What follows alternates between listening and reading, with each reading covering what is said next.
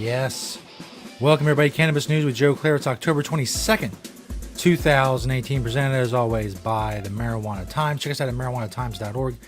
Click the video tab at marijuanatimes.org to find the show. You can also subscribe to the Marijuana Times on YouTube and Vimeo, and, of course, Apple Podcasts for the audio-only version of the show. Today, we're talking about the haunted hemp maze in Minnesota, also a new U.S. attorney in Colorado, and a new Gallup poll talking about Americans and how they feel about marijuana legalization. All of that is coming up.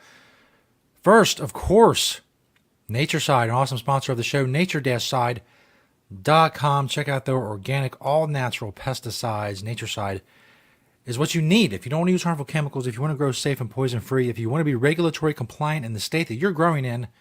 We do all these things with Natureside, nature-side.com, a proud sponsor of Cannabis News. Go check them out because they are awesome. It's first story from, I don't know why I almost sang that, but I did, and it's done, and we can't go back and change it. It's first story from Jason Sander at marijuanatimes.org. Minnesota farmer plans first ever Halloween hemp maze. Ted Gallup, owner of the 4-acre corn maze and haunted attraction Fright Farm in Maplewood, Minnesota, has replaced his corn with hemp plants, according to a story from the Post Bulletin. He said, everybody's seen a corn maze. I wanted to do something different. And, well, it's different enough. He's getting news coverage of it. He made a decision to use hemp instead of corn because the corn crop is becoming more expensive to grow and had been depleting the soil in his field of his precious nutrients, causing a noticeable decrease in yield. Galati said, quote, not rotating was depleting the soil. I was just putting more and more fertilizer, more and more spray on my crop. It's amazing what can be done with hemp and what it does for your soil at the same time. Galati's Minnesota Hemp Maze, seems to be the first of its kind, was officially opened on September 22nd. A month later, about 300 visitors have come through his hemp maze. The customer admission prices have already covered the cost of buying and planting the hemp seeds. It's he said by next year his goal is to have proper harvesting equipment and buyers lined up once he shuts down the hemp maze attraction. So there you go. Hemp is amazing. And maybe even scarier than corn. I can't vouch for that. I mean, obviously it's better for the soil, and it's easier and cheaper to grow. But whether or not it's scarier, I'm not sure. I'm going to have to reserve judgment on that. I can't. I'm not an expert on that. I can't speak to how scary hemp is as opposed to corn when you're going through a Halloween maze. I'm not going to opine on things that I don't feel that I'm on firm ground. This next story I'm on firm ground for. But a couple weeks ago, I wrote a story about Bob Troyer. We talked about it on the show as well. Bob Troyer used to be the U.S. attorney in Colorado. He had a mountain of ignorant and ill-informed things to say about cannabis. Well, the good news is you can go back and read those stories and see the story and all that. But the good news is he's gone. Jason Dunn is Donald Trump's pick to be Colorado's next U.S. attorney, and he has been confirmed by the U.S. Senate. According to U.S. Senator Cory Gardner's office, he was confirmed. Jason is going to make an excellent U.S. attorney for the District of Colorado, and I'm thrilled that he was confirmed on Thursday. Gardner said in a written statement, he has broad bipartisan backing and a record of public service that highlights the quality person he is in the community. Dunn will replace holdover Bob Troyer, him of cannabis ignorance fame, and becoming the state's top federal prosecutor. Troyer has been leading the Colorado U.S. Attorney's Office since John Walsh, a Barack Obama appointee, stepped down from his post in 2016. Of course, Troyer wrote an op-ed in the New York Times, I believe, but I could be wrong about that. We just destroyed cannabis, and of course, Smart Approaches to Marijuana picked it up, and other U.S. attorneys picked it up, like the douche, whatever, I forget his name. The name this escapes me, in the Southern District of Western Virginia, who's always tweeting about how much he hates cannabis and a bunch of garbage about cannabis.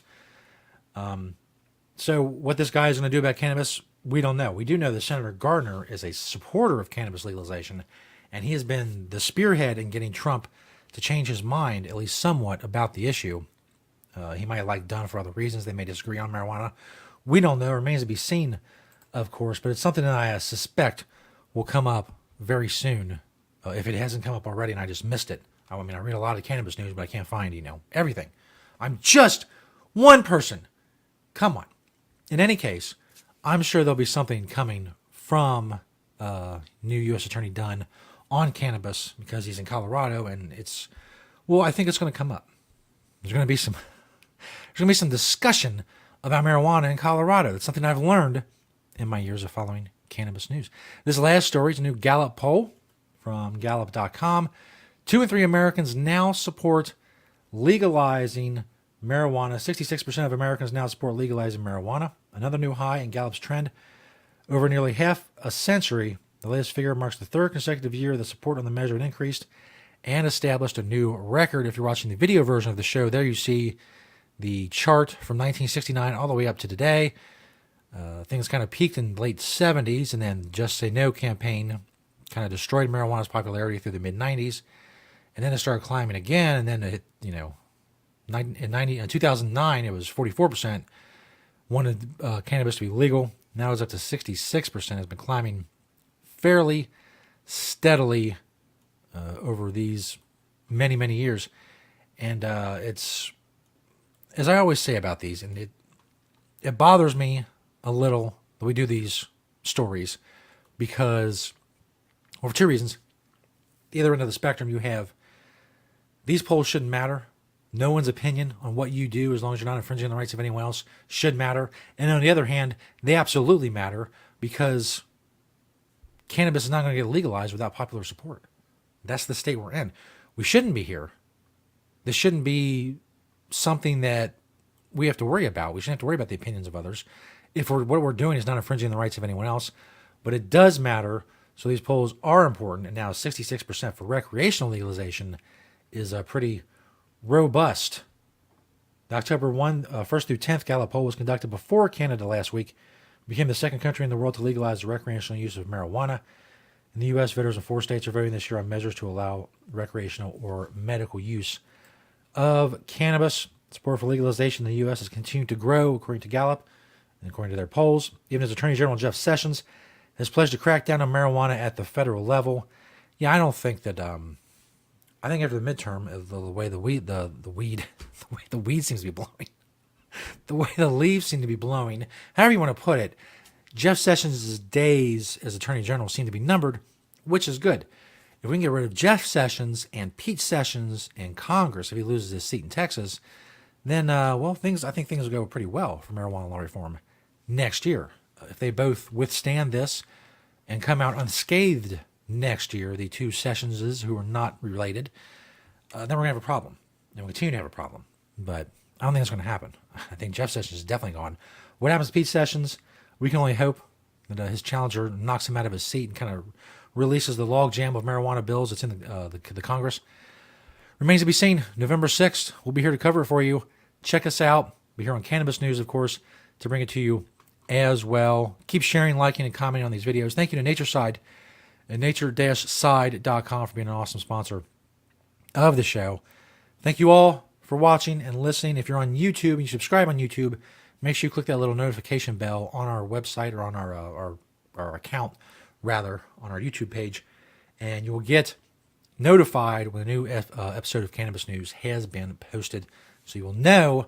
We're also on Facebook and all that stuff. All our social media links, great articles and more can be found at marijuanatimes.org, and click that video tab at marijuanatimes.org to find the show. Thanks, everybody, for checking us out. Another awesome week begins here at Cannabis News, and we will see you next time.